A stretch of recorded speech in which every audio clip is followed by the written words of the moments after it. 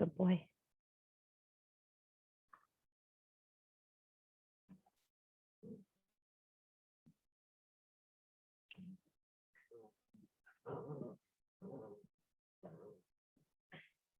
Oh.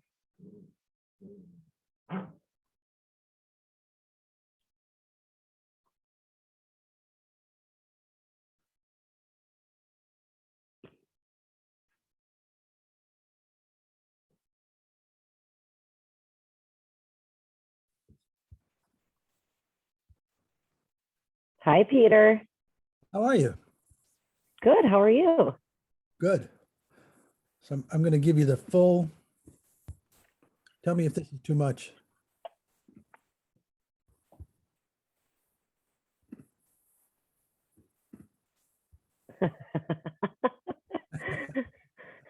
I love it. How you doing? I'm good. How are you? I'm glad Good. that you're on here. Yay. We have to be learning based, right? Mm-hmm. As Gary says, you have to learn before you earn. I was an unenthusiastic student. I just kind of got out of school what I could get without too much effort. Yeah. I've read way more books in the last 18 months than I ever read while I was supposed to be reading books when I was in college. Same. Hi, Lisa. Hello. There's squirrels in my attic, everybody. What? Well, if it makes you feel any better, there's mice in my garage. We were at Home Depot this morning getting pellets and whatever else. Good to This is like this is turning into a country song. I was doing I really pretty much followed my time block this morning for lead gen, but then ran out at about 11:30 to quick clean the gutters before it starts to rain tonight and tomorrow. I left the garage door open and there were like 8 birds in the garage. Oh, so we're all dealing with it. Yeah, Mhm. it's the season. Yeah. You guys, I'm going to mute myself and take my dogs upstairs because this is going to go on nonstop otherwise. I'll be right back. Peter, I don't know if we've met before. I don't think we have. I've seen your name before. Yeah, likewise. It's Which very nice to meet you. yeah, are you in the Milwaukee Southwest or Germantown, or where are you at? I'm actually in Milwaukee North Shore. Oh, okay. Cool. And my wife, Kim, does bookkeeping for several KW agents. And she was working with Tony and Charisse. And then I met them first 2 years ago when they did a presentation to the Ignite class. And we stayed in touch. And then I wanted to pick their brain a little bit about starting a team. So the 4 of us had dinner a couple of weeks ago. And then Charisse mentioned this panel. So it just seemed like too good an opportunity to turn down. Yeah, for sure. Well, awesome. Just us. There's Charisse. Where's Okay. Scott? Sorry about that. Yeah, where is Scott? I don't.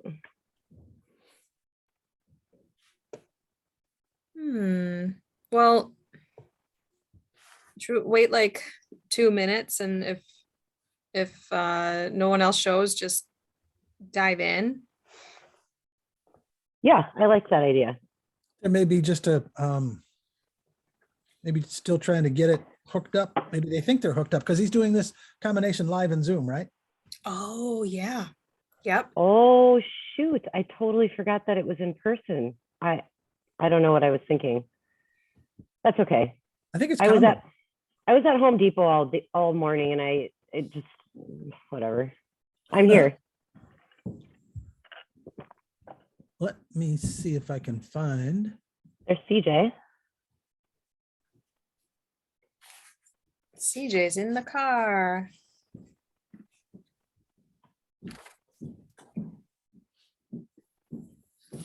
Oh, Charisse. Oh. Yeah. Oh, well, So yesterday at our team meeting, Sharice was there, or no, oh no, a biker was there. I don't know where Sharice was, but at our team meeting yesterday, Kim like pranked us. Was like, everybody look under your seats, because she was trying to tell us $25 might be under there, and it was really just a reminder to pay GMAR dues, because you save $25 by paying by a certain time. So I get home yesterday and it's like I found $25 under my seat because I overpaid and I have a $25 refund. Oh my gosh, that's awesome. So, they should have sent it to the office and Tim could have taped it under my chair for me. Yeah. Hi, guys. Hey, Scott. Hi. Coming in hot today. I was at the Elmwood doing the teacher lunches, and it's always fun. And Elmwood's where Sam goes to school. So then I got to see her, and she suckered me into like $60 at the book fair. It was a whole thing. So very cool. That's a nice background. Is that real, Peter, or is that just a screenshot? That is a screenshot that Lindsay Vranick did for me. Okay. I want to get another one because I'm doing a kind of a mini studio in my office so that I can do video emails. Yeah. I like that. All right, let's see where we're at. I know we had a couple people that were on last month's, and just kind of a check-in, see what happened, see where we were. Who wants to go first, if you remember like what you wanted to get done between the two? If not, I can remind you.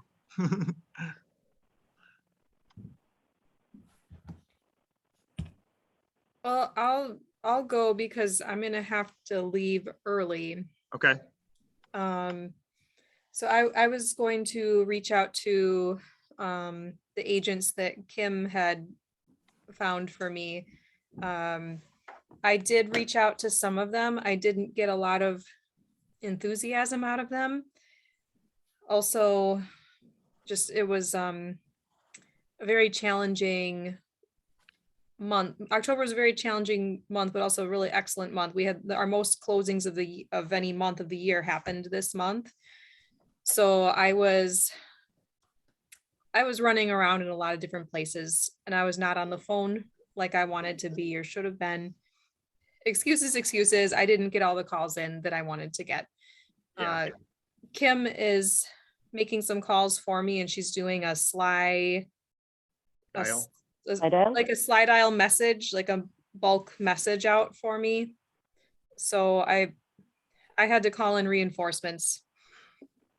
Yeah. So when you were calling, just out of curiosity, like, were people on the defense, like they didn't know what it was, or how did the people respond that you got a hold of?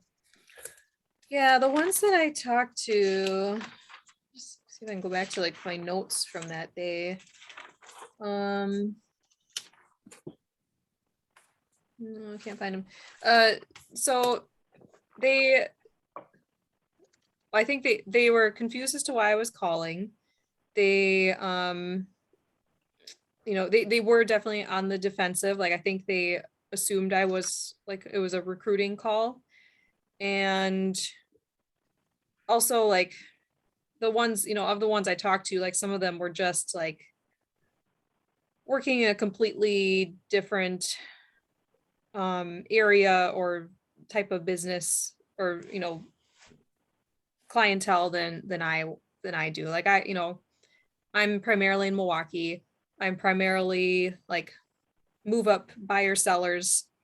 And like the one I talked, had probably the longest conversation with is a newer agent who is like focusing on luxury in Oconomowoc. Just, I don't really have Right up your wheelhouse. right. It's not my wheelhouse, no. So it was, yeah, I don't know. A lot of them tried to get me off the phone pretty quick. And I don't know if it was because I was calling newer agents and they have no idea who I am. But then if I call older agents, they're more established and more like set in their ways. And I don't know that I necessarily want agents who have been around longer. So I don't know. Did you Frustrated. lead with, don't you know who I am? No, just kidding. Yeah, Don't yeah. lead with that. I that's what I started with. And I don't know why they were so combative. So this is good because lead genning for talent is actually, and for those of you who weren't on last month, like Lisa's showing partner buyer agent is transitioning out of the business and she needs to replace her because everything was going really smooth, and you start to feel leverage and what that does and get used to it, and then it goes away. And so what we challenged her, what she came up with is she was going to call a list of people, probably like between 1 and 3 million or something in volume, and just ask about the team, if they want to join a team, if whatever. And so my question for Lisa first is, I think I know the answer, but like, how confident were you in your scripting, like your nonverbals, your pitches, your tonalities? How confident do you actually believe that for the right person that you're calling, you could potentially, change their life for the better, or you would have a really amazing opportunity for them? Yeah, no. I don't, like 1 to 10, it's a 2. Yeah. So when you're calling like a FSBO or an expired and you're not used to it, and you're just like, well, could I really net this FSBO more money? Or, like they could probably make more themselves. And when you call them, you're going to be like, that's going to show up on the phone. Right. But when you get a really good FSBO expired caller, they truly believe in their heart of hearts that what they will do is different than the other, 7,000 agents, and that they will get them more money. And that confidence just like exudes itself over the phone. Yeah. What I'm hearing you say is when we make recruiting calls, like Kim or I, like cold calls, it's really awkward. And for whatever reason, like people love to be attracted. They love to be like, entertained, like, but they don't like to be recruited. Everyone wants to feel wanted, but for whatever reason in real estate, when you get recruited, it's like, oh my God, get away. Like, what's wrong with you? It's like, dude, I just like you. Like, you should say thank you. But it's not the case. So it does show up on the phone when I'm not confident in it. It's like, oh, well, okay. Oh, all right, bye. But when it's like truly like, I've seen some people who their whole thought process, their whole mindset, their whole outlook on life has changed, and we're just getting started. And it's like, who else could I find that potentially because of this phone call, their life could be changed, and it shows up completely different when I'm on the phone. Makes sense. I was teaching career visioning, or my whatever take on career visioning, and it reminded me of the importance of lead generating for talent. And everyone in the class is looking at hiring. We're looking at hiring right now. Like, there's the least candidates in pretty much like since I can remember. We hired a DFI in Germantown in like March or April or something, and we had like 70 candidates, and we put the same ad out and we've got like 10. And we're trying to hire director of agent services, and there's just not people like applying for jobs right now. And we can go on to why, but we won't. So the biggest thing is, if raise your hand if you have someone you're looking for right now, potentially. So if you are, then it's going to take some more proactiveness, unfortunately. It's a shift in the leadership market. So if you're shifting in the real estate market, you'll probably have to do twice as much activities. And just the reality right now is like the hiring market is shifted, and we have to realize that. But I don't know of anyone else who's really strategically, proactively lead gen for talent, quote unquote. Has anyone else done that yet? where you've called around and you're calling your other realtors, you're calling your past clients, like, actually doing what we should probably do? Okay. So you're kind of the pioneer, Lisa, like in reality. It sounds cool on paper, sounds cool in a class, but then to actually do it, it's a little messy. Yep. Well, I got someone, responded and like sent me a message through command. But that came last week, but everything was so chaotic last week. I didn't have time to pick up the phone and call that person back. I met with Kim briefly on Friday, and she helped me with a couple things, and she had me pass his info on to her. So she was gonna help me out with a couple things, which is really Cool. nice. I really appreciate her. And she threw your Apple Watch in the hallway. She did. She took my watch off and threw it out in the hallway, and she gave me the assignment of taking notifications off my watch, which I did, and it truly is helpful. Every time you cancel a notification, an angel gets their wings. I think it's true. Like I have nothing is important enough for me to be notified. Like that's why I won't get an Apple Watch. I refuse. My phone already drives me crazy. So I'm like, nope, I don't need it like on my wrist all day. it's all controllable though. Like everything you can time block it, or you can, it's reactive versus proactive. And in the one thing, literally, like when the one thing was written, I don't know, I guess there was notifications. They probably weren't as popular as now. Like there should be a chapter on notifications, because it's like, it talks about when you're writing an email even, and you look over, someone says, hey, and you look over and you look back, like 33% of your mind has to be like, where was I? What was I writing? What was I doing? And so just imagine notifications like, Michelle, don't tell her I said this, or you can, but it's like the worst. If I'm in a meeting with Michelle, her computer's dinging, her phone's dinging, I'm just like, I can't concentrate. Like, how do you even live? But it was funny because I was like walking down the hallway and there's just an Apple Watch in the middle of the hall, like literally in the middle of the hallway. And I'm like, well, I saw Kim, I heard Kim. So I like picked it up and at least put it in her little mailbox. Cause like, oh, a free Apple Watch. Yay. Cool. Yeah, that's cool. I have a couple more things I want to say about that, but before I do, who else? I know Sharice, you were on last time and you had a good idea. Do you remember your idea? Yeah. How did that go? Well, okay. So in the notes, it said I was going to read it once a month for the next year, but then I thought that we talked about in this group, or whoever wanted to participate, we were going to do it once a quarter, right? Yeah, she miswrote that. Okay. We said by this mastermind, we'd have up to page 120, Rod. Yes. So completed.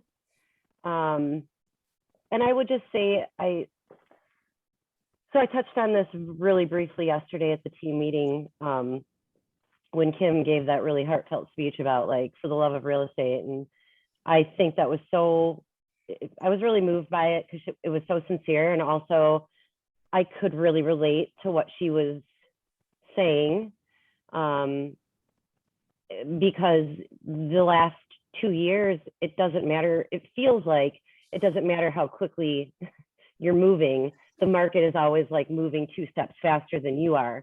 And that is overwhelming. And I will just be really transparent with everybody here on the call. Just a few short months ago, Tony and I were like, what are we doing? Like, we were so burnt out and so stressed out. And because the business is growing faster than we can keep up with it, it just felt like we weren't moving quickly enough. And I mean, Tony at one point was like, we're selling the business, we're moving to the Dominican, we're going to open a banana pancake hut, and that's going to be the end of it. And I didn't really want to say no to that. I mean, it's the Dominican and pancakes. So And yet, you know, let's be realistic here, okay? There's so much opportunity in this industry, and sometimes I think that we're thinking so micro because we're in the moment and we're not really thinking macro. We're not thinking, you know, 5 steps ahead or 5 years down the road. And so to reread the MREA, it was like the light bulb went back off in my head. It was like, oh my gosh, right, this is why you're doing this. It totally realigned me with my goals. It really put things back into a fresh perspective for me, even though I've read the book before. It's like sometimes when you read things, it's like easy to forget, and then you reread it and it's almost as if you're reading a new book again, or like something you've never read for the first, you know, you've only read for the first time. And so I took it on vacation with me. I know you're not supposed to read business books on vacation, but this, I don't care. It's like I get solitude and I can really sit with my thoughts. I can really have some of these things like sink in my mind without any distractions. So I read it, you know, while I was on vacation. I came away with so many ahas and action items of things that I had forgotten about and things that realigned me with my goals, and it refocused me. I could internalize stuff, and I just felt like, boom, like I could do this again, right? It was just the reset that I needed for myself mentally, and for my business, because when you get so caught up in the minutia of everything, you forget some of these principles because you're only focusing on what's happening in the moment. You're not focusing on the big picture. So I'm so glad that I'm rereading this book. I feel really great. I feel really energized, and I'm just ready to like keep going. I'm not quitting. I'm not opening a banana pancake hut in the Dominican yet. It will happen someday, but Okay. but no, it feels really good. I feel great. That's amazing. So just a raise of hands, who is feeling that this year, either like now or at some point, that like overwhelm or that not necessarily banana pancake or whatever. Okay. So what was your biggest, like what, from the first 120 pages, so it was about the 6 myth understandings, is like how it starts, you know, getting to get you back. So it's like, I can't do it. It can't be done in my market. It would take too much time and effort. It's too risky. I'll lose money. My clients will only work with me. Having a goal and not fully realizing it is a negative thing. And then it goes into like thinking a million. So really like the think a million and the 3 L's, it is really starts with thinking and mindset. So was there anything in there that kind of like gave you a jump start back to, you know, liking real estate again, or, you know, falling back in love with the career? Well, yeah. And I mean, I think that was the biggest thing that like hit me was like, I remember 2 years ago in 2019, before COVID, and when we were all still coming together on a regular basis for masterminds and things like that, like I had this, and you know this, Scott, like I had this very clear goal around netting $1 million. I was like, this is it. We're doing this. I'm going to commit to the budget model. I'm going to follow my numbers. I'm going to track and trend everything and just know where we're at. So I want to net $1 million. That was my goal. And then somewhere in between losing all of 2020 to a pandemic and then coming out of it and just crazy, I was like, I don't care. I don't want to net $1 million anymore. I just don't care anymore. And I really lost sight of the thinking big. It was gone. And it felt painful to like even think about netting $1 million. And so I just didn't think about it anymore. I was like, maybe I could just sell like 100 homes a year and be happy with that. But you know what? That's not who I am. And that's not why we're here. So I wanted to do that. If I wanted to do that, I would go to wherever, Remax or Century 21 or EXP or wherever, right? But I'm here with Keller Williams for a reason, because I don't want to think small. I want to continue to think big. I want to grow my business. I want to provide my team, you know, with whatever it is they're looking to achieve in terms of units or volume or GCI or net income.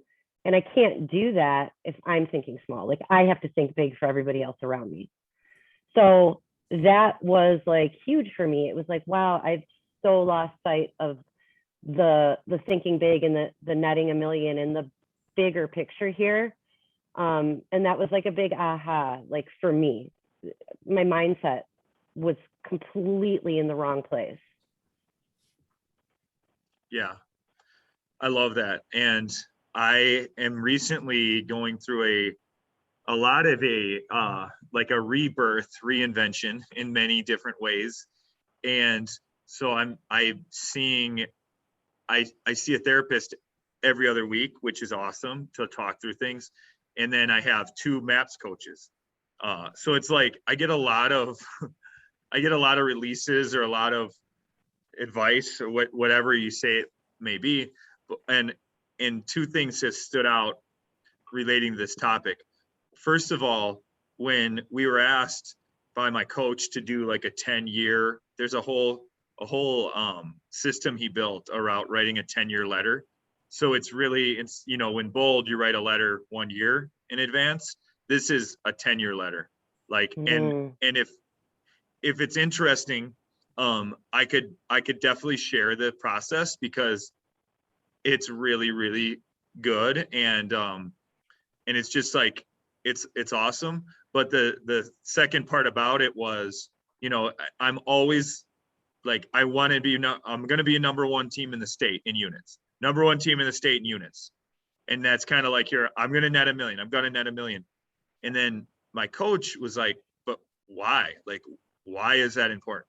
And I'm like, well, because I want to be number 1 in the state. And they're like, I get it, but why? And I'm like, because like, I want to be like, you know what I mean? Like I had no answer as to why.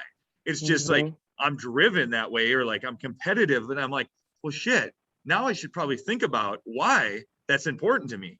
Because, okay, what if number 1 in the state was 200 houses, like, or it's 1,200 houses? Like, that's a big difference. Yep. And so, and then yesterday, my therapist was mentioning a concept like your inner compass. And the inner compass was what society tells you is a compass. And that's growing up. Like, anything start to finish, your parents, your school, the kids at school, a lot of who we are is because of what society told us to be. And she's like, so she had me go through some examples of like inner compass as a son, like growing up, versus societal compass.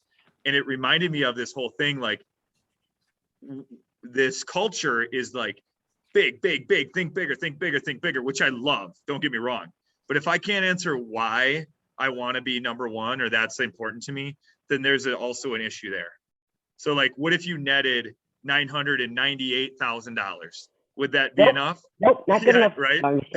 So I'm just like, I'm being challenged a little bit in my thinking, because I'm not saying I don't want to be number 1. I'm just saying I want to, that's a finite goal. And how could I turn that into an infinite goal and something that's more of my inner compass that I can fight for? Because what happens if I'm number 1? Do I grow like phoenix wings, or like I get ascended into heaven? Or no, it's just like nothing changes. Yeah. If you're number 1, okay, well now I got to be number 1 again, or I got to keep to be number 1, I guess. But so that may help reshape your thinking. And it's actually something that probably gets better before it gets worse. And you're kind of like, you're jumbled a little bit, but yeah. No, I mean, that's really awesome. And I saw, Lisa, that you put in there that you struggle with your why too. And for years, I've been trying to figure out why. What is my why? And it always comes, for me, the same thing always comes to mind. And sometimes I'm like, is that just too obvious? Like, is it just, or is this really my why? And really, when I think about it, you guys, like, when my daughter was growing up, I always worked 2 jobs. Like I worked pretty much 7 days a week. And I feel like I was very absentee for a lot of her life because I was always working. It's not that I missed everything, but I missed a lot. So when I think about my why, I really truly think about my family. And now I have parents that are in their 80s. I have 2 grandchildren. I have a son-in-law now. And that really is what compels me to do the things that I'm doing. I missed out on my daughters growing up. I'm a young grandparent. Most grandparents are, retired and they're spending every day or week or whatever with their grandchildren. And I am not, but I want to get to this point where I can choose to spend time with my grandkids as they're growing up and not miss out on a lot of those moments. And I'm young, right? Like, it doesn't have to be, I need to be old and I need to retire. Like, why can't I do this now? Like, why can't I work so hard and smart to do this when I can still enjoy watching them growing up and being there and sharing these moments with my daughter? So maybe family sounds like that, like corny, like, well, everybody, that's everybody's why. But it really truly is my why. Like, that is really truly like my why I am doing this. When I really think about the big picture, it's not just to net a million. It's, just because I've got bigger goals and I want to put things away for them, and I want to have an estate, and I want $200,000 in passive income through my lid. And it's so that I can enjoy this time with my family and give them experiences, and for me to have experiences with them. That's awesome. Is that corny, or is it like not? No, that's Can really my family that's really be my powerful. why? That's really powerful. And not all grandparents are old and retired. Sorry, I didn't mean to offend anybody. The first You're- time I found out you were a grandma, I was like, what?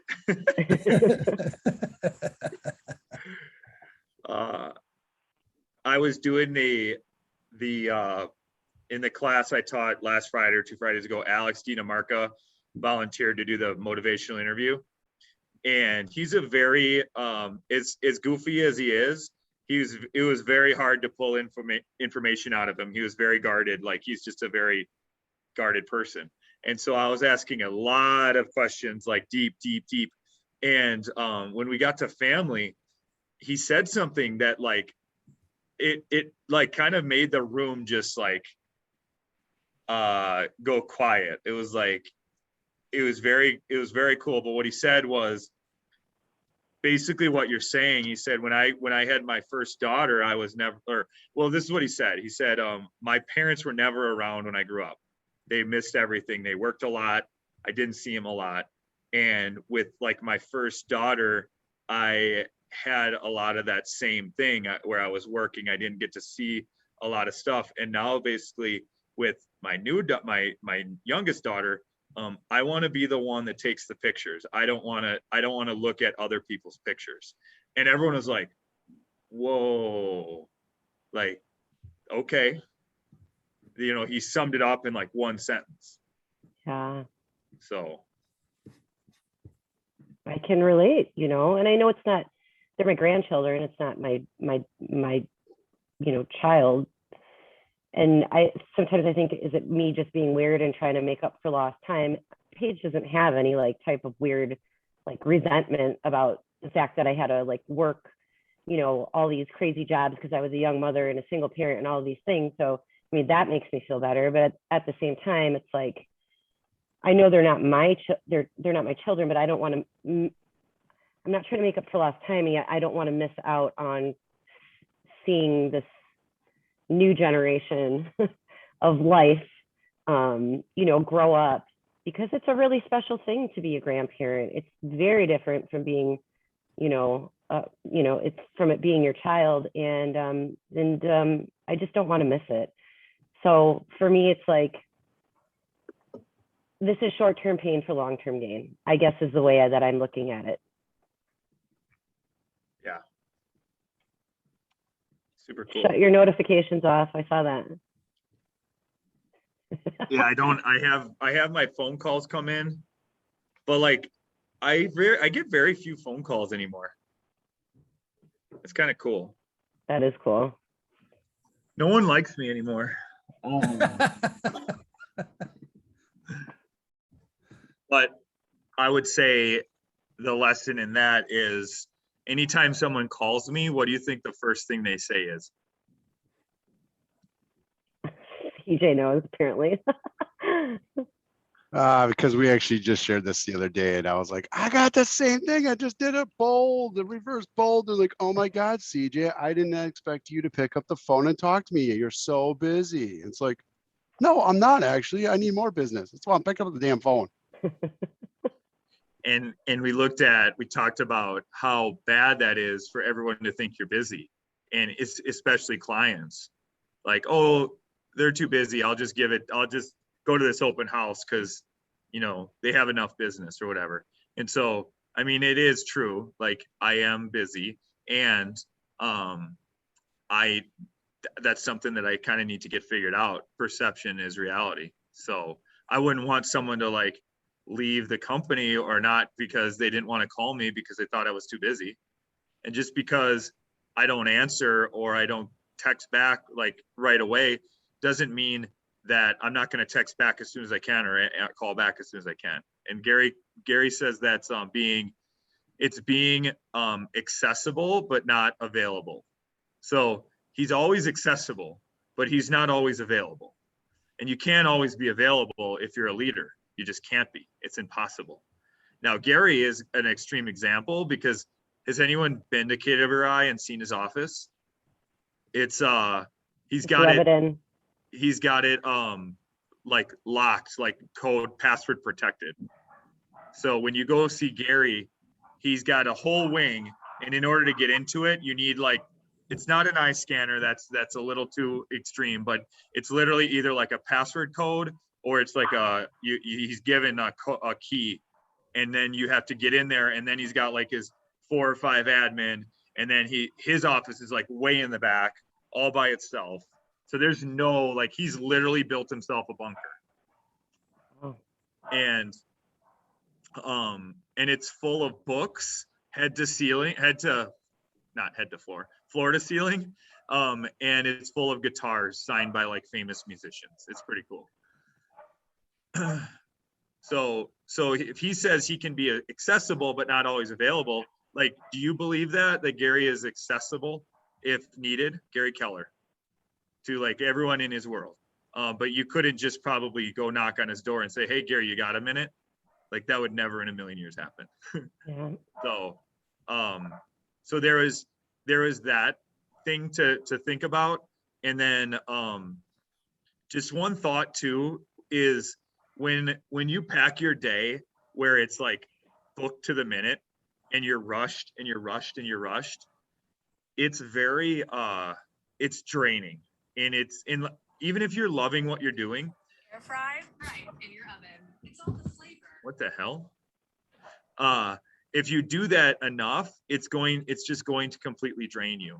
And so that's where I'm feeling right now, especially this morning. Like, I didn't want to get out of bed.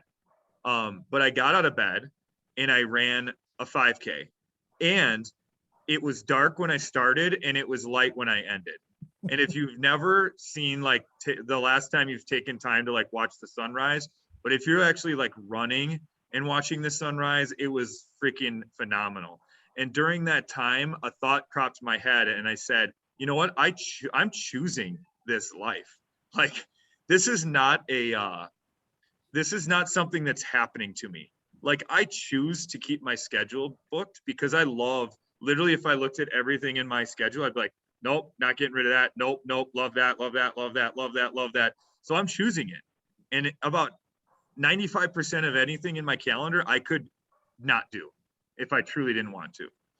So that was like a very empowering thought to say, you know what, I'm choosing this, and I could improve it. I can keep it. I can do something about it, but no matter what, it is up to me. And so when you start thinking of overwhelm or that kind of feeling, like, okay, we get to choose this. If I am playing with Legos, which I do a lot, I can choose what I build and what it looks like. If we're building a life, like, you can think of it as a Lego set. Like, how am I going to design this? How would we design this perfect career, this perfect team? And there's no such thing as perfect, but there's what our definition of that can be. So that was my little, like, literally, like, aha moment. Are you going to keep your schedule like that? Is that what you're saying? You're keeping it because you're choosing? I don't know. I mean, I'm going to look at it, and I definitely want some buffers. I definitely want to protect myself from getting to the burnout point, because when you're at burnout, nothing's enjoyable. And like, Peter could come up to me and he's like the funniest, like, nicest guy ever. And I'd be like, God, this guy's an asshole. Why don't he leave me alone? And then I'm like, oh, I'm really burnt out right now. Mhm. Either that or you really know me. Yeah. Dan, what's going on in your world? Things are good. I can't complain there. We've definitely seen a shift, and like you said, doubling down on certain things. We ran out of buyers, and the market for I shouldn't say that. We have a lot of buyers, but the market doesn't let us turn over a lot of buyers because we don't have enough houses. So what I've kind of focused on Tiffany doing is moving towards more what's available. And like, it sounds crazy, but I kind of jumped into calling some of my investors and some people and say, hey, I've got this property that I know of. That's a good deal, because our numbers are low for next month and the following month, like for November, December, hence the market, hence bold, hence all of that. And I'm like, Tiffany, you got to double down on everything that you're doing. She sent out 100 letters a week of the golden letter the last 3 weeks. And we have an intern helping her with it. And I'm paying for the intern to, $10 an hour, but an intern to help her advance herself. So just what you said, just doubling down and like focusing on what we know will produce something. And then really scrubbing our database to get what we need to do and make sure Tiffany's diving into making sure everybody's getting touched 36 times or more. And it's kind of changed from like everybody else here running around with their head cut off and having 10 closings a month and making sure all the deals are done, to Tiffany's like, I have 4 hours today that I don't know what I'm going to do. And I'm like, well, you're going to write letters. You're going to do this. You're going to do that to produce business. So kind of just a change in mindset almost. That's my biggest thing right now. Okay. Where did you, I don't know if that helps or what you were looking for, but. No, it is. So where did you find your intern? Believe it or not, one of our clients coming up, their daughter really wants to be in real estate. And I think she's a freshman or sophomore at UWM. And her mom was like, she needs to do something. And we interviewed her, and I had her do the KPA thing. And we reviewed it, and we're kind of in a 90-day trial period of it, but she's awesome. Her mom came to us and said she needs to do this and she wants to do real estate. So we had her do an interview, had her do the KPA, gave her tasks. She only works like 10, 15 hours a week, maybe. But, and then the kind of Kim really helps us out a lot, because we had a meeting with Kim and said, how should we start this? And she said, just like you did, Tiffany, you do, you and they do, and then they do on their own. So now once a week, Tiffany's going into the office to help and show her what to do in our system. So she's learning while Tiffany's being productive with letters, with anything. And we're just giving her small tasks that would be very time consuming for us, so we can focus on talking to the people we need to and not scrubbing the database or entering in 1 million cards into an email chain or whatever. So that's kind of I know it's costing me money, but I think it's going to be not a lot, but in the long run, I think it's going to free up Tiffany more to do more productive things. I love that. How much is she working? How many hours about? Depending upon the week, like 10 to 15 hours. a minimum of 10. And like, she's like, I don't think I could do over 20 hours a week. And I was like, that's fine. We kind of do 1 day a week. She comes in for like 3 or 4 hours to the office and works with Tiffany, actually the Southwest office. And then she works remotely. And I think last week she had, I don't know, 9, 10 hours. This week, she'll probably have another 10 or 15 hours. I mean, it's perfect. So do you about know how your average commission? Yes, it's $7,200 on 90% of them, I would say. Okay. So guess how many hours she could work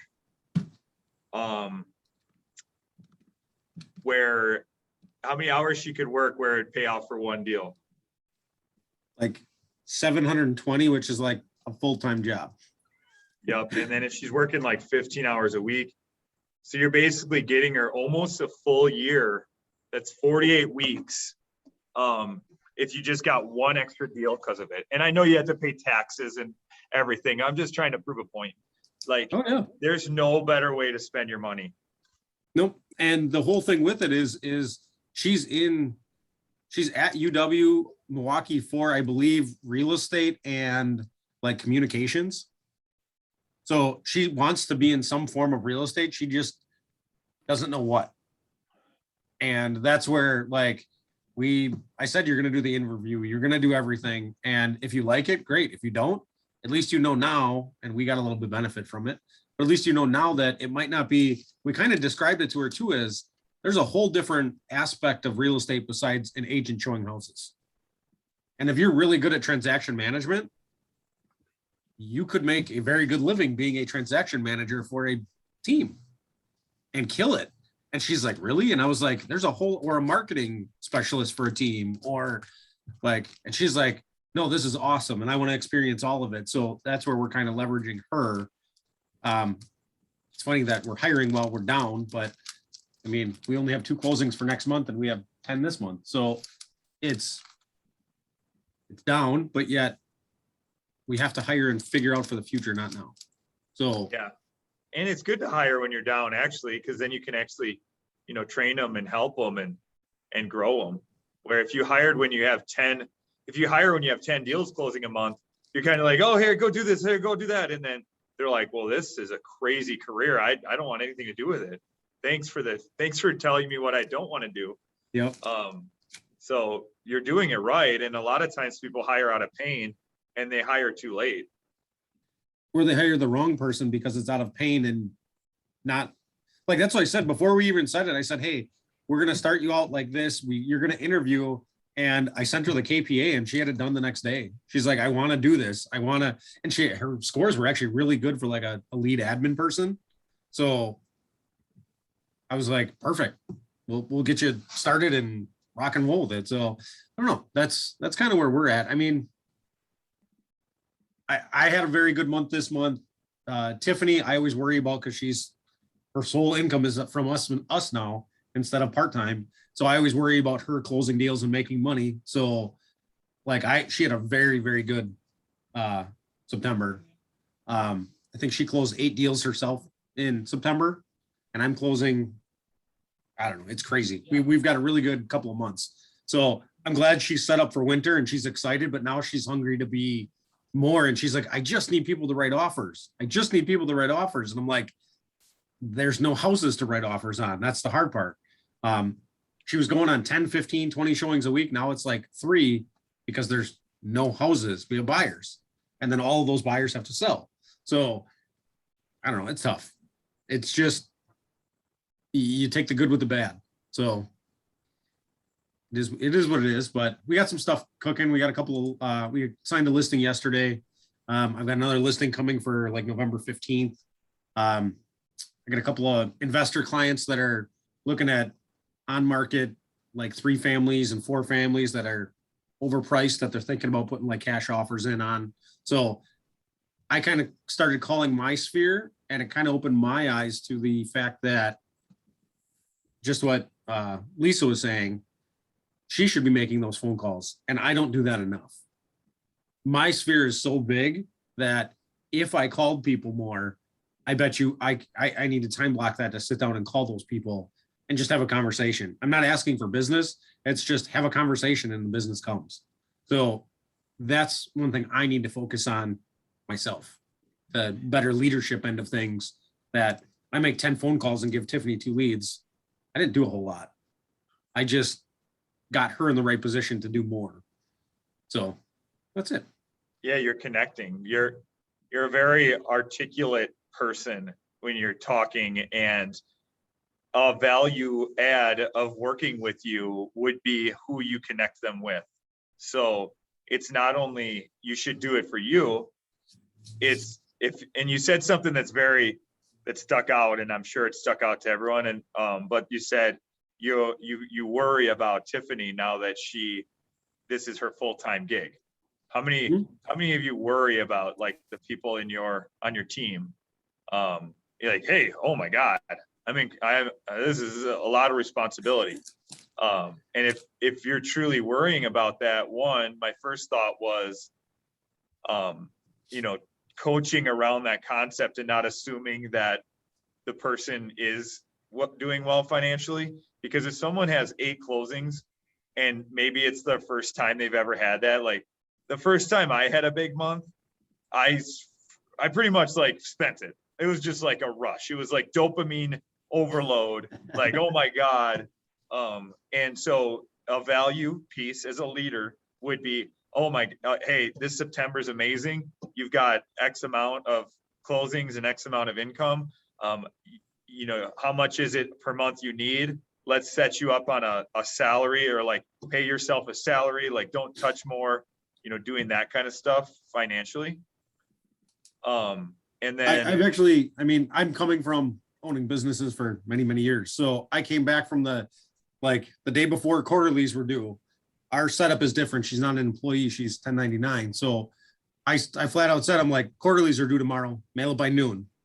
I'm like, this is what you need. She actually talked about, or she did set up an S Corp. She's doing it right. And I said, I'm like, okay, yeah, you just made 25 grand this month. I'm like, that's going to just make sure that lasts you 3 months. And the other ones that close in the next 2 months are bonuses. That's where you spend your money. That's where and she's not used to that because she's always been an employee. Yeah. But we have a lot of conversations of that, and a lot of, this is a business. This isn't like you said, all right, I'm going out and buying a new car because I just made 15 grand and putting 10 down on a new car and whatever. It's okay. What are your bills for next 2 months? Now what? And she's even getting into it. She's like, I pay for 90% of our marketing and 90% of everything. She's like, I'll take care of that because I want to write off. Or like, she's like, I'll do that. Don't worry about it. I'm like, well, here's our check. Here's our company card. Just pay for it. And she's like, nope, that's fine. I got it. So she's definitely mindset thinking right. But I want consistency. And I guess I shouldn't say I'm worried. I am, but I know what I need to do to keep her set. And it's me focusing on that rather than focusing on what the business needs at the moment. When you got 10 closings and she's our transaction coordinator, so she's daily, this needs to be done, rather than what are we doing for this ad? What are we doing for this, the pie thing, this mailer, and the golden letters? And I said, yep, do them. Here's the card. Go buy what you need. 100 letters a week. Because I think one of our trainings we did, can't remember who did it, but she said one of her admins does a minimum of 125 letters a week. And takes her roughly 8 hours to do it. So got the admin in, or the intern. Now we're doing, I think it's about 100 to 130 letters a week that the admin helps do all that stuff for. So just little things, I guess. And if we can keep consistent on the little things, the big things will come. Yeah. That's my focus. And I think we wouldn't be good leaders if we weren't worried about what you're worrying about. And I think worry could be the right word. Worry is a negative connotation, but I mean, when COVID hit, holy shit. I realized how much I need a month to just break even, and B, how many people their whole livelihood is based on Keller Williams. And it was scary, if we shut down and all that. So I don't think that will ever go away. And because of that drive, now it's like, oh man, I never nailed this calling my sphere thing for myself, but I would definitely nail calling this sphere thing for Tiffany or someone else, because that's just, I think, the way humans are wired too. Yeah, you want to help. So you want to help somebody. You're not going to do it for yourself, but you're going to help somebody else to keep them going. So, and I can just think, if I'm helping her, it's helping me. So I should just do it. Yeah. Yeah. But no, it's good. I can't, like I said, I can't complain. But it's more of just focusing on what we need to do. The other end of my business is my construction business, is we are pushing away people. We have 10 new homes coming, and I've got 10 people that want to build, and like half of them have a house to sell or a lot they have to buy. So it's almost, I'm a little overwhelmed, because I've never had that. There's never, in all my years of construction work, I've never had this many new home leads, and these are all qualified buyers, like building over 500,000. And I'm like, okay. We're pushing away and stalling an $890,000 build on Little Muskego right now, because we're so busy. I mean, guys itching to sign a contract, and our owner's like, no, don't do it. Wait 2 weeks, wait 3 weeks. I'm like, the guy wants to go, and I'm thinking commission, because it's a big commission. So like, that's where it's tough. I mean, it's weird how opportunity presents itself. Yeah.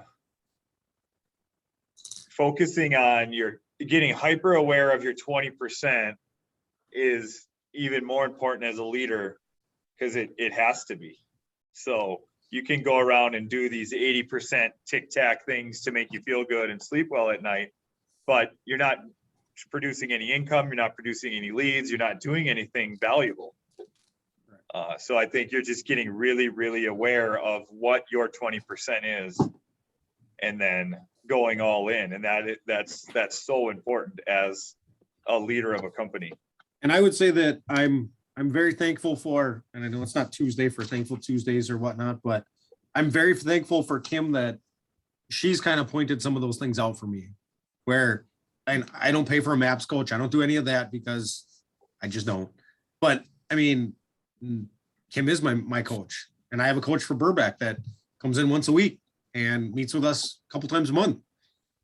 And they really make you think outside the box, instead of just like this. This is thinking outside the box and listening to Lisa's problems and Teresa's problems, and coming back to where like you need to and refocus. I mean, I would say this is more beneficial than half of it. I almost think that, I know we do it as a mastermind for the leaders, but I guess the Daily Mojo could be it for most of the agents in the office.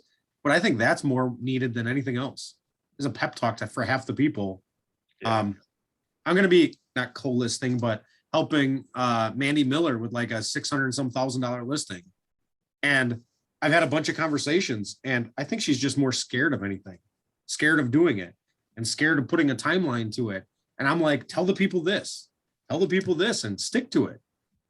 They're up in the air. She's like, I just don't know. I've got the pre-agency paperwork signed. I've got this. I'm like, get them to give you a timeline. Start marketing. What would be better if they let you start marketing it off market, and you come to them with 3 buyers and say, hey, I've got 3 people interested. Are you ready to move to your new house now, or are you not? And she's like, well, can I do that? I'm like, yeah, you can. I love that. So, I mean, I'm trying to help other agents as too, is coming from abundance. And I think some of them just need a pep talk and need a little bit of push to just be like, I mean, we're all more motivated than the average agent. So like, go do it. What's stopping you? Call them tomorrow. Yesterday, I went on that listing appointment, no intentions of signing a contract at all. I brought it with me. I gave him the folder, and I'm like, so here's the paperwork. We can do it right now. We can, if you want to review the stuff, we'll send it to you tonight via email. He's like, well, you got time? We signed the instant listing. But if I wasn't prepared with my listing packet of every paperwork I needed, we literally wrote it up in 15 minutes, and he signed it, and we were gone. Mind you, it's a $75,000 cheap house in the ghetto, but whatever. It's still a house. So if you weren't prepared and ready to go, Tiffany actually brought out her laptop and scheduled photos while we were sitting there. So like he's gung ho. It's going on the market next week, Friday. So if you don't know anybody on the north side, really nice house, shitty neighborhood, but 75,000. It's really good. 5-bedroom, 1-bath. But it's just that weird push that you need and prepared and ready to make that move is more of what I would say.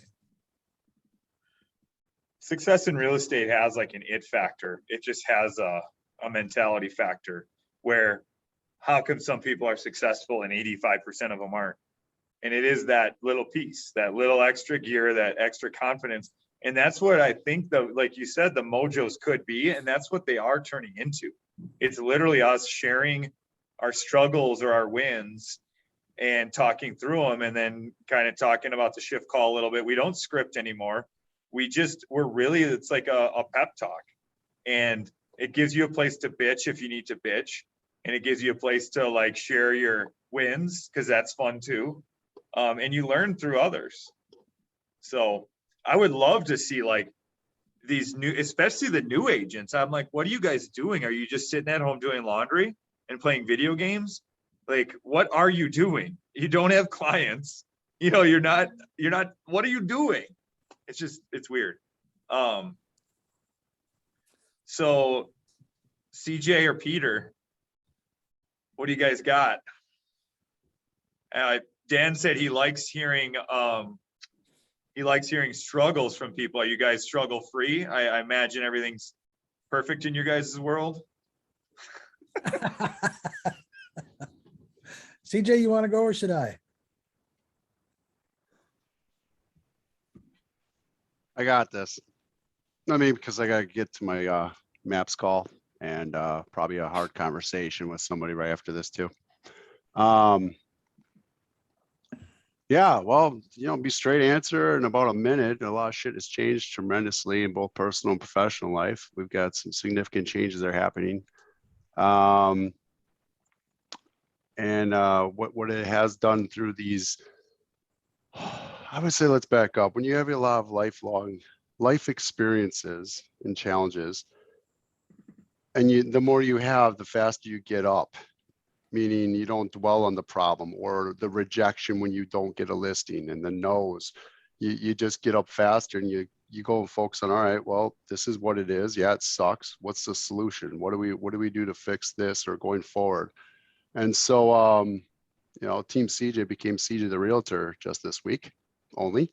I have an assistant, and pretty sure it's giving me an assistant right after this. That's it. And for about a fraction of a second, it was like, oh, and then it was like, you know what? It's all right. Because you know what? Now I'm going to go my speed, set my space, and I'm going to show everybody what I can do. It's now going forward for myself. I mean, if you want a commitment from me, because yeah, I do have a whole value proposition that's listed out there for both, being on the team and also being a client of ours. So I got all that clearly written. The value proposition is very clear. It's very attractive. It's just a matter of aligning myself with those that I want to be in business with, we'll say, right? Both team and clients.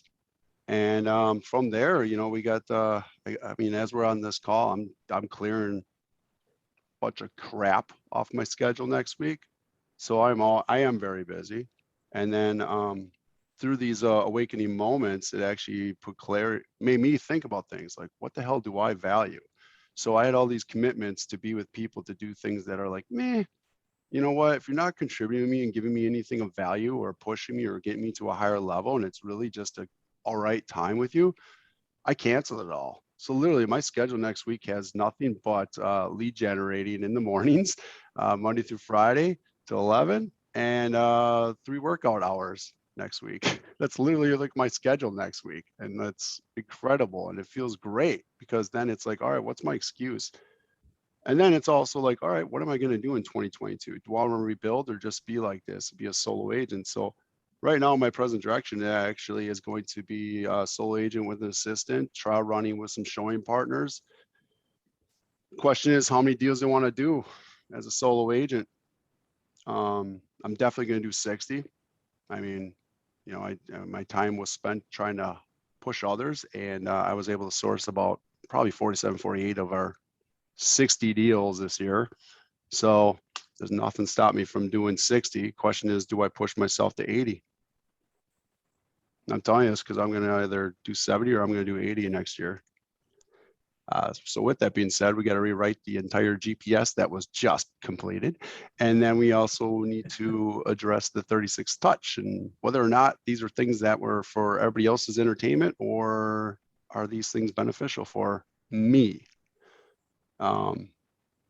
Yeah, so I'm actually jazzed up. Like I'm actually excited. Like it's going to be awesome. Is Alex with you? Yep. He's So it's probably you going to and be the Alex? only, yeah. Bella asked me to talk to her after this. So The tone and- kind of gave me a hint. yeah, and I appreciate you sharing, and I know we wanted to connect yesterday, because I mean, just for perspective, like randomly, this was random from my understanding, is Tina mentioned That one Monday was- that she was going out on her own, and the same day Lisa came in and said the same thing, or she was joining another team. Mhm. So it's the two buyer agents on the same day, not knowing each other was doing that, both came in on the same day. And then, yeah, Bella as a showing partner is, you know, probably the same. So my initial thought was, oh my God, like that's tough, you know, the same day. And I think, you know, I know your struggles from just you being on these calls and sharing struggles with, especially one of them being Lisa in general, like motivation and getting their own leads. And in a lot of like the reality and what I wanted to share is like, when we got rid of two people on our team, we actually did more business and we had more time and we had more energy and I got more respect because I thought I was doing two people a favor. And it turned out that everyone was like, well, there's a different standard for them. Like talent doesn't want to be around non-talent. And, oh, Scott's a nice guy. He's helping them. No, like what's wrong with Scott? Like why, what the hell? And it does more harm than good. And so now we always say like Lisa and Dawn are like the golden child's children because they got to start fresh and know the systems and models before doing anything. Well, now you can, you know, do more of the same. And the most profitable way to run a business is truly that what the level 4 team that Gene Rivers talks about, an admin, a TC, and a buyer agent or showing partner. You know, that is the best, that's the most profitable way to run a business with the least amount of headaches. I'm looking forward to it. Yeah. Value of time, if you want to abbreviate that whole thing and the experience. Because you're pouring into people so much, and what someone else came and talked to me about the other week or the other 2 day hours was- every week times 4 people. Yeah. And what they said to me was, I'm spending so much time worrying about my assistant and like planning how they're going to spend their day that I forgot about my clients. Like, yeah, that's kind of a real thing. And there's a happy medium. I mean, I'm obviously all about leverage and doing that, but like, it is exhausting. It's a job that never ends. Like anytime you hire someone, you're basically having another kid, like you're adopting a child.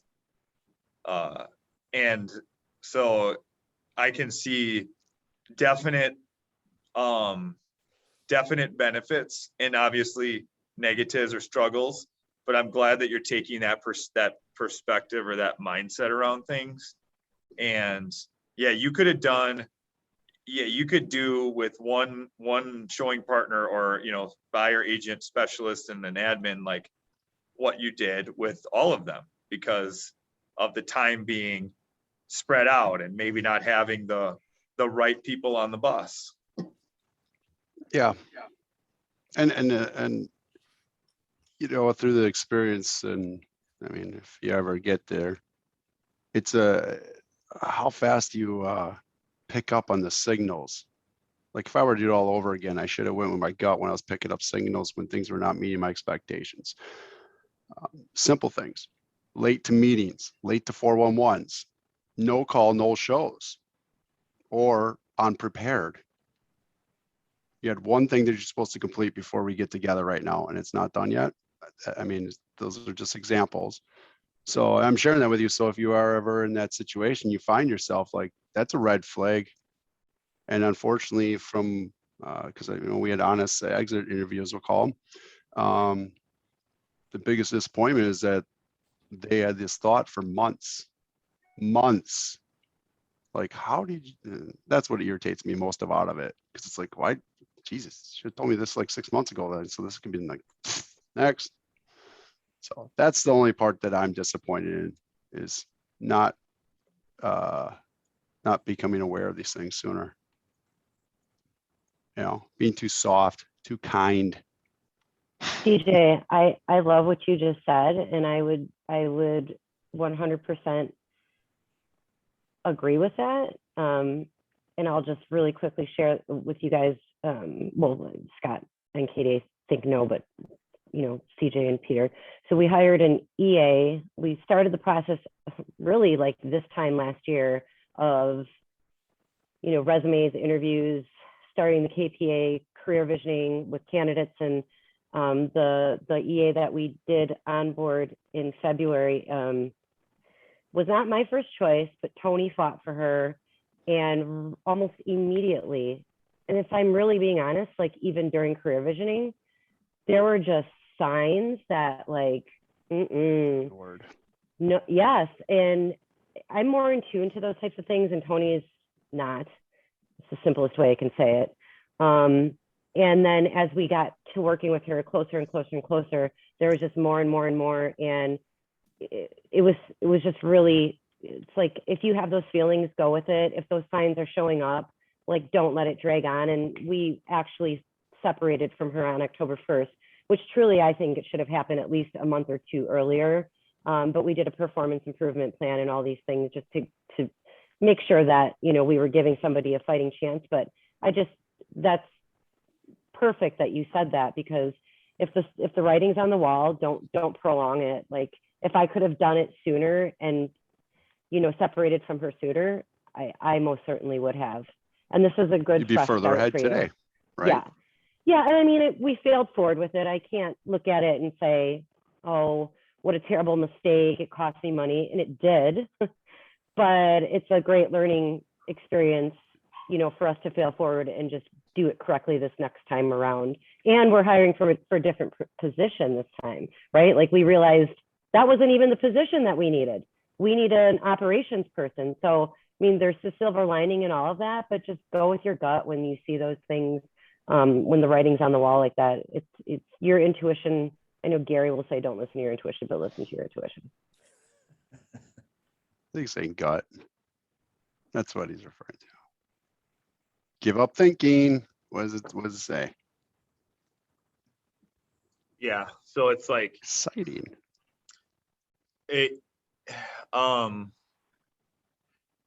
One thing, if you were meeting, let's just say Gary Keller was your boss, your direct boss, and you were doing a 4-on-1 with him. And well, first of all, that's a scary thought. But secondly, if he said, hey, here's a call, let's just say it's a coaching call. You're going to take a coaching call with Gary. And he said, hey, CJ, our call is going to be Wednesday at 3 p.m. Send me your GPS or send me your 4-on-1 by 1 so I can review it beforehand.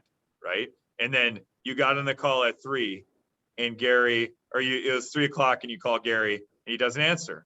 And you're like, what the hell? Why didn't he answer? We had a call. And it's like, no, we had a call. I told you to get me your 4-on-1 at 1. You didn't do it. So now we don't have a call.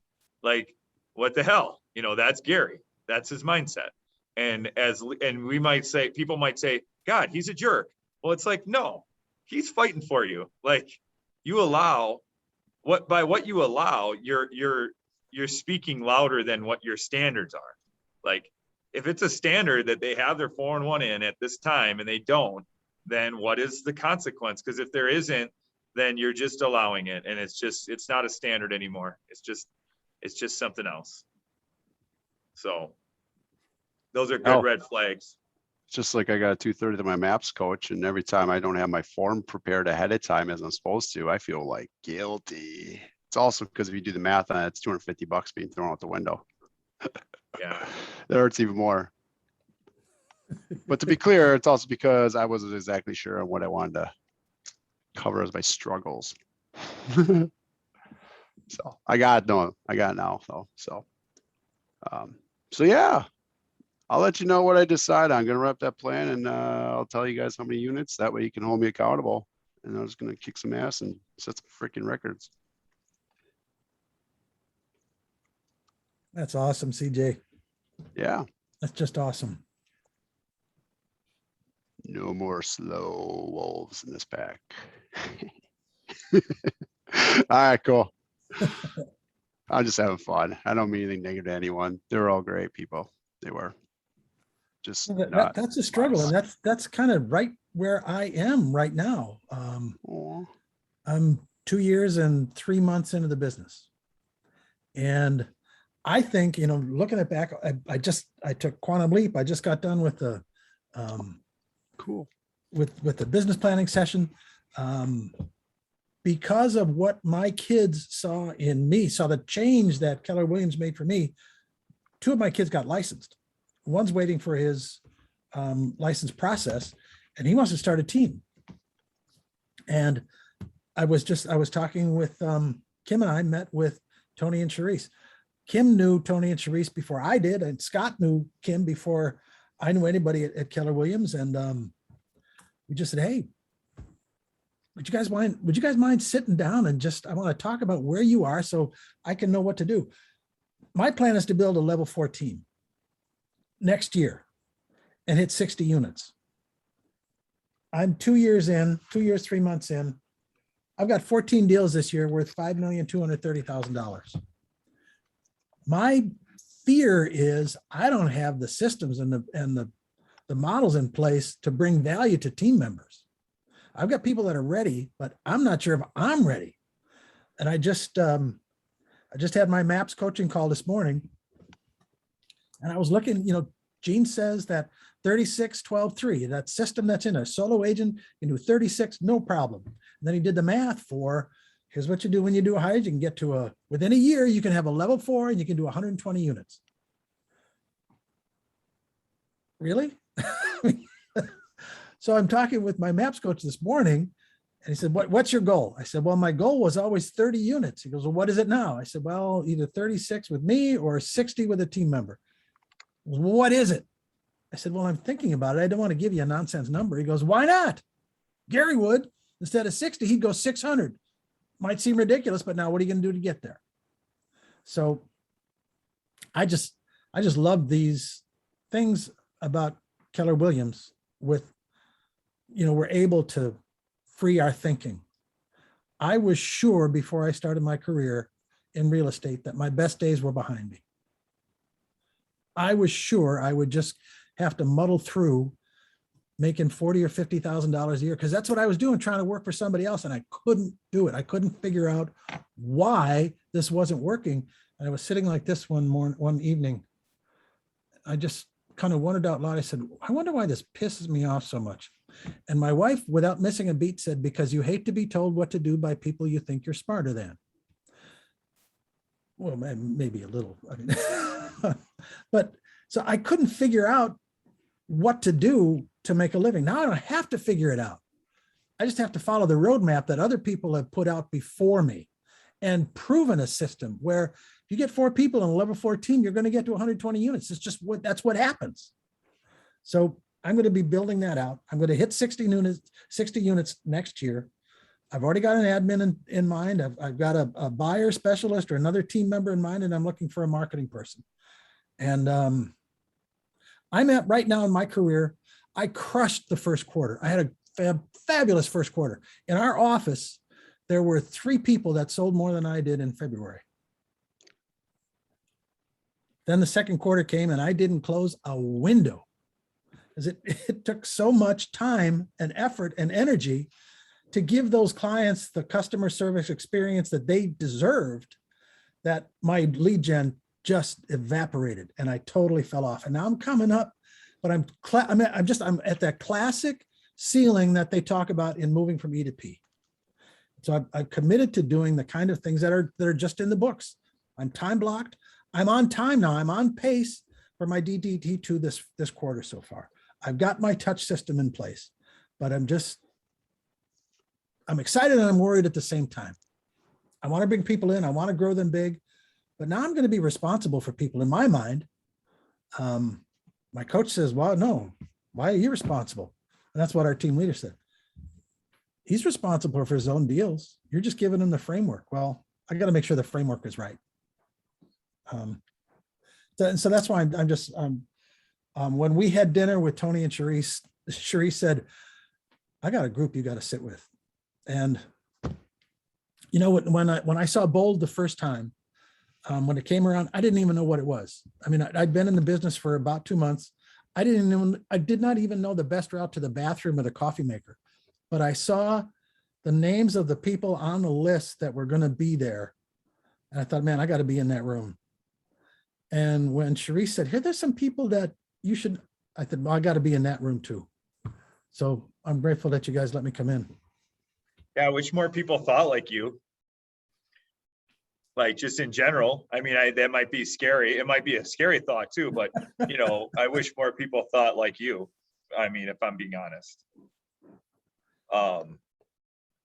And you mentioned something about systems and not having the systems for building a team, and that is the exact reason why they say the first 2 hires are administrative and marketing.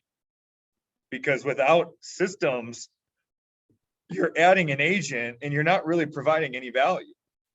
Like, unless you just have 1,000 leads to give them, like, you're not providing anyone real value of why they would join a team and give you 50% or more of their business. And so what ends up happening is you skip the first 2 steps that are vital. You don't have that much value. And the agent says, well, I don't want to give you 50%. So you say, well, I need you. So how's 80 sound? And now you're trying to run a business on, 20% margins, and you're both running around scrambling. Like that's a proven way of not having success. So you don't shortcut that. It sounds like you've got the EA hire. Don't worry about having a agent that you need to provide systems for, because you can do all the sales part and the generating part. We can do that. We don't spend a lot of time with clients and a lot of time with lead gen. We spend a lot of time doing all the other bull crap. Get someone to take care of the TC and the admin, and now go give your clients what they need. And then whatever that TC admin, that first hire that you have, whatever they want to do more of, go hire the other person to do the opposite, the opposite admin work. And now, if you skip that second part and you just have 1 admin and 2 agents, well, now that you're going to fry out your admin, because they're going to have more contracts to do. They're going to have more admin work. They're going to have 2 people telling them what to do. And I don't know, did you watch Gene Rivers' business planning last week? Yes, I did. Yeah. Where he does that talk around, the sales is on the left, the admin's on the right, and you got your 1, 2, 3, 4. Did you remember him talking through that? Absolutely. There's nothing more clear about skipping a step and why it doesn't work than that piece. And I should add, you just referenced it, so you watched it. But that is what stands out to me around that. No, absolutely. And I get that. And that's kind of what, that's one of the reasons I'm a little frightened, is because my son wants to come in. I mean, what wouldn't any of us do for one of our kids, right? He's seen what it does. He's in a job that he hates, because he's got the same thing. Why does this piss me off so much? Because he's being told what to do by people that he is smarter than. And I brought, I think I introduced him to you, Yep, Scott, yep. at Bold. So he's just chomping at the bit. And I want to, our team leader has said, this is not the process to do that. This is not the process to start the team. However, in this case, I would allow it just because family businesses are so common in our, in our real estate business. So, I don't have Yeah, a solution. no, I It's kind of agree. where I am.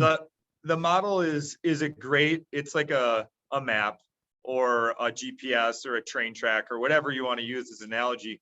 I think you're right, like with a family, it's just also probably gives you more ultimate real motivation to to really nail a hire around the admin part and get that done as soon as you can and help build those systems, because now you're not necessarily doing it for you, you're doing it for your son.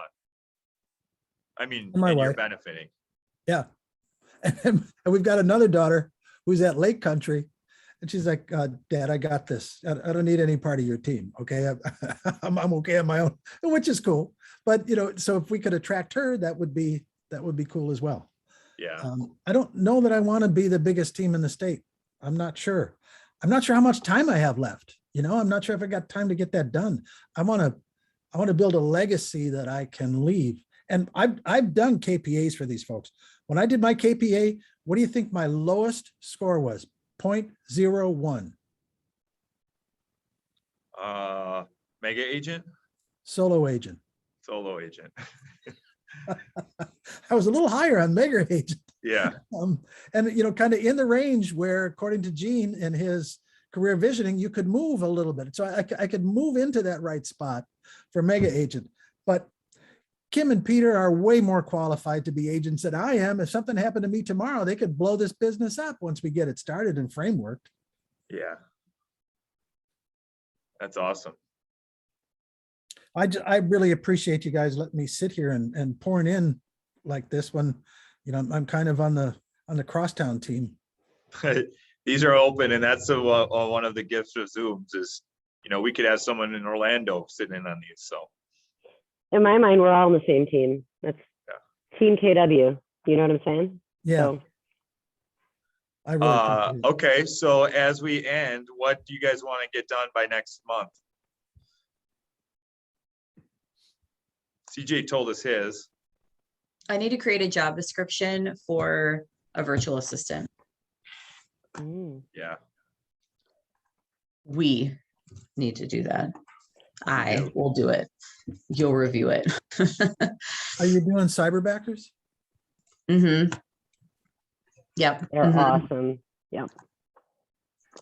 So I would just probably say one of my ahas that I wrote down was to start mastering my craft so that I can live a life by design and not by default. So I mean, obviously we are going to be hiring operations and all kinds of stuff like that. However, like I really want to continue to just be committed to MREA because that's really going to give me the blueprint that I need to be successful with all of this. Not that I'm not successful now, but you guys know what I'm saying. So I want to continue on with this and just continue to have more takeaways and more ahas that I can start like implementing into the business as we continue to expand, really.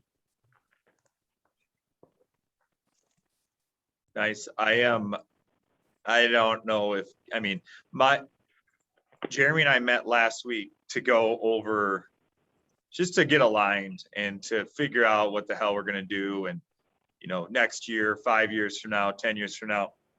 But it became very clear that the leadership piece is me. And I told him, I want you then, you got to be like the best listing agent in the world. You have to either be the best lead converter in the world, or you need to be the best director of sales in the world. Like, which of the three? Rate them. I was like, rate them.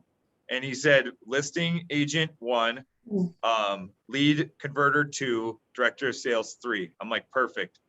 You need to produce us income and be the best agent you can possibly be right now. That can be your value add to us. I am going to be the person that finds the OSA, ISA, could, find them, hire them, take them through the process, get their mindset right. I'm going to leverage the hell out of you and Kyle to, train them and to help them in success, but I'll take care of this. And you don't even need to be on like our leadership meetings. Like, you don't even need to be called a leader. Like, why don't you just go sell? That's where your hot value is. And be available to the agents when they have questions and concerns. Like, that can be your role, right? So stop pretending you're a leader when you're not. So I guess long story short, I am really going to be, I need to focus really hard on finding an OSA, ISA. That's what I need to be held accountable for. Wait, I thought Lindy was doing that, or does that, I don't know. Lindy something converted over to a listing manager. Oh, okay. And she still is converting like a lot of our leads, but that's because we don't have someone doing it. So Got it. Okay. ideally we want her to be a full-time listing manager, and then we'd have a full-time like OSA, ISA. Gotcha. Okay. That makes sense. And then the last thing is just like, meeting overload. Jeremy isn't a meeting guy. And so it's like, hey, we cleared off 3 or 4 meetings that he doesn't need to go to anymore. And I could clear off a couple too, because I feel like I need to be on every meeting. Because if I'm not, A, it's like, oh, Scott's not here, let's cancel it. Happens sometimes. And B, I don't know if it's going to get done to the level that it could. And so I said that, like, we meet weekly around the listing process. And it's like, I don't need to be on that meeting, but if I knew truly like it was going to happen and it wouldn't fizzle out after 3 or 4 weeks or whatever, like I wouldn't be on it. And he's like, okay. He's like, it's better when you're not on it. And I understand. So it's like, cool. Maybe I could get rid of a couple meetings. You could get rid of a couple meetings, and we could actually like really be all in on this prize of growing it and doing it and playing to our strengths. So we're meeting again next week because we have our team advance next Friday. So it's like, shit, could you imagine if we actually get in alignment and get that down, like how cool it would be. That's awesome. Clarity told and me- power. I'm He told always, me, real quick, he told me that he doesn't reply to things because he knows that I'm going to reply and it's probably going to almost go my way. So then it's just like, he doesn't reply, but I'm like, but you understand that you look really unavailable and unplugged. He's like, okay, but he's like, this is why. Cause I just know like typically you're going to maybe have something different to say. And then we look like idiots and all. And I'm like, okay, I can see that. So how do we just set the expectation that maybe it just goes through me or what, like whatever that process is. So it doesn't appear that you're just unplugged and unavailable and unresponsive. Yeah.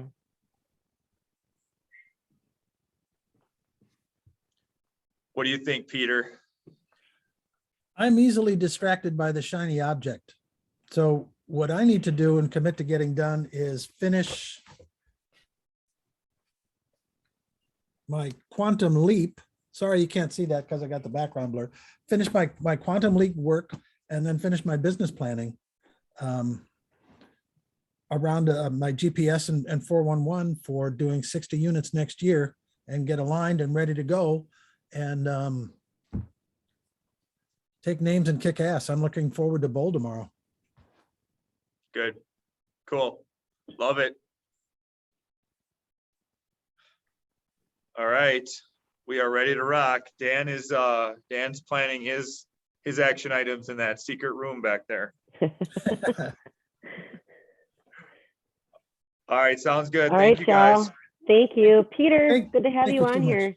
I Yeah, really definitely. appreciate the invitation. Thank you so much. Of course. All right. Bye. Bye-bye. Bye.